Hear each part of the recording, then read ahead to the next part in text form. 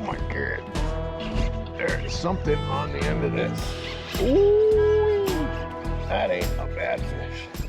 You don't need everything all at once. First time you go out, just bring your rod, some hooks, some worms, and your paddle, your PFD, and fish and see, oh man, I really wish I had this here. That's your first upgrade. You will learn what you need. So I guess budget has a lot to do with it. When I started, I bought a $150 kayak. Wasn't set up for fishing. That's kind of where I'm gonna start. I'm gonna try to start with like the cheapest kayak you can get at Walmart as of 10 years ago. And that was the Sun Dolphin, 10 foot, which holds, you can only put like 200 pounds in it, I think. So I had to make sure I stayed under 200 pounds. And that includes gear and whatever else you're bringing. But that would be kind of my starting point because I had to start modifying to make that thing more usable as a fishing vessel. The absolute must-haves you definitely need. This is a crucial, non-negotiable, and I'm trying to stress this first so you get this point. I'm trying to knock it home. It's your PFD, your life jacket. So comfort is king. You're gonna be wearing this thing all day. So you want it to be breathable. You want it to float you. You want it to save your life, or at least give someone the option to be able to save your life when you're wearing it. So there's different types. 1, 2, 3, 4, I think there's a 5. Anyway, level 3 is what you're looking for, a level 3 PFD. A level 3 is the most common. It's important that it fits correctly. You don't want it to be loose. See, it's right, fit, you need it to fit. So storage is also another premium on life jackets. You want pockets so you can put stuff in them, so you can easily have it right here. Your life jacket, very important. You want to invest money. I've had this for 9 years, taking it out more times than I should have, and I probably need to replace it. Oh, looks like there's a little tear right there inside the pocket. You want a lot of pockets for storage. On your jacket as well, this is required. You need a signaling device in case you get in trouble. You can't just yell, because if you're in the water, you're gonna run out of air just yelling. You can go hoarse. Required to have either a whistle, an air horn, a flare gun, but you're not going to be firing a flare gun from your kayak. Let's talk about your engine in your kayak. Not talking about a motor engine, talking about your paddle. A bad paddle will f up your day, really. This is, flip around. Oh, as I take out my own rod. Oh my God, what have I done? Oh, Jesus. How in the holy hell did that happen? There we go. Well, aside of that, you want a really good paddle. This paddle is a Bending Branches, and it is, what is it? Angler Ace. So this, I bought this one because I can change the size real quick. It's a lot shorter if I'm in a smaller kayak, but it also extends out. I think it's one of the bigger paddles you can get. So I actually have a good paddle stroke in my kayak. It's also carbon fiber, so it's very light. Just to let you know what my safety gear costs. 180 bucks for the jacket, $250 paddle. These are items you're gonna use absolutely every time, multiple times while you're out. So comfort's important. So what the material is that your paddle's made of: fiberglass, aluminum, carbon fiber. That's going to matter. Aluminum is going to be pretty heavy. Fiberglass is less. It's going to bend more though. So there's different components to your paddle. You're going to want to research your paddle. You're going to want to pick them up. Don't skimp on your paddle. Don't skip on your PFD. A lot of money in these two items. I use them all the time, multiple years. Very nice. I mean, this is not heavy. And it's nice to paddle. It's got, if you put it together, it's got a ruler. I can measure fish on it if I'd like. Also, when it's set down on the side here in its little holder on my kayak, I can hold the fish next to it and see how big that fish is. A nice, decent paddle. It's gonna save your shoulders because you're just gonna be doing this, right? So you gotta push yourself through the water. And if you're doing that all day on a big body of water in a kayak, your arms are gonna get gassed, and then by the time you go to fish, or by the time you get home, or when you're driving home, you're gonna be like noodle arms. You should probably get like a small waterproof bag. Not a Ziploc bag, because that won't work. A waterproof bag. I don't have any on my kayak right now because I really bring nothing that can't go for a dip. If it does, my fault. The other thing you could get, this is a waterproof case. That's a good option. And you can, my life jacket has a little D-ring. I put another stretchy thing with, it's just like a little plastic clip. I clip my lanyard to that, and then I can take pictures, pull my phone out, look at it. I could put it underwater if I wanted to take a picture. This one was really the main thing, aside of all this safety gear and the paddle and all that, that really changed the fishing setup. You're in a kayak that's not set up for fishing. The first thing you'll notice is there's no rod holders, because why would there be rod holders in a non-fishing kayak? It's just a recreational kayak that you're paddling around. This is what I did when I first started in the Sun Dolphin. I put it between my crotch, angle it up on the top of the sit-in kayak, and it would just kind of sit there and live there. And I'd paddle like this. So the rod's just like this. I'll put the rod right on the camera, and I'm paddling like, well, the paddle out, paddling like this, because that was the best spot I could find at the time using that kayak. And then I went on YouTube and I realized you could easily build with PVC. I think 1.5-inch PVC. You just get a heat gun, a wine bottle. The other option you can do, I think for $10, you can go online to feelfreeus.com. I got a flush mounted rectangular rod holder right next to my seat. When I land a fish, I pull this in, I land the fish, and I can stick that there, deal with the fish, release the fish.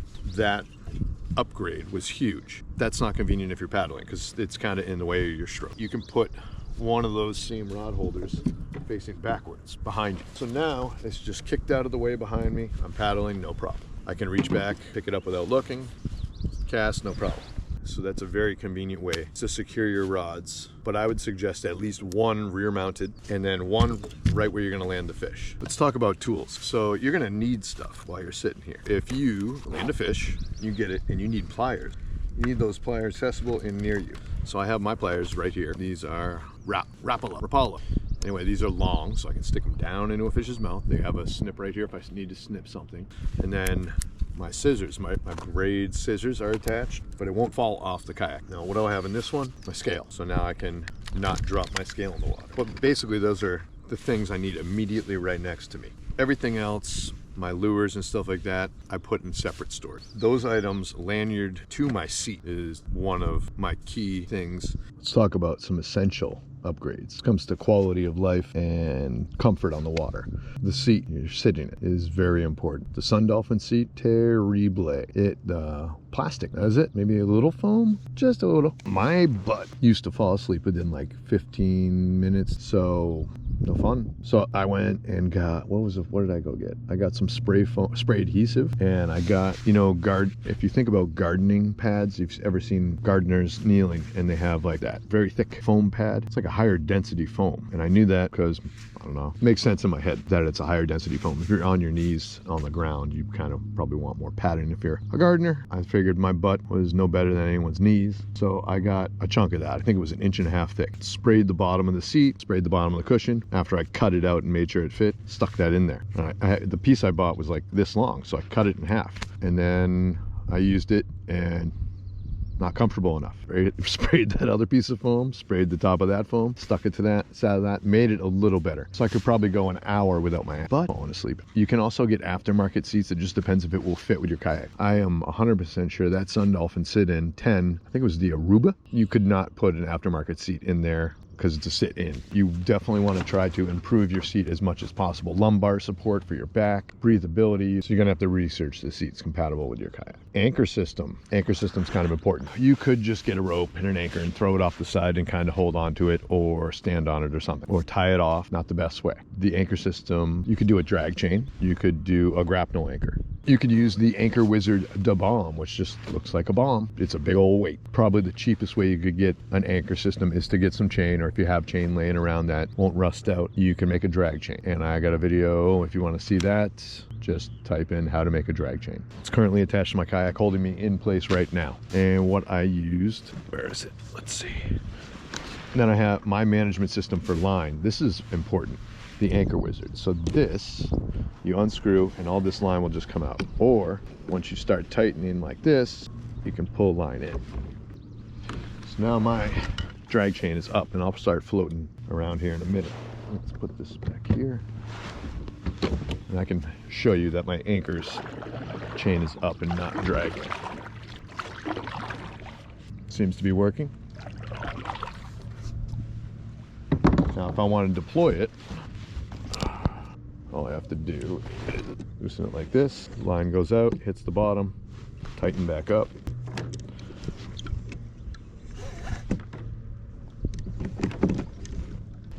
And there we go. Now it's locked in place and we're not moving again. So the wind will blow me around, but it's just gonna blow me around to the extension from that line.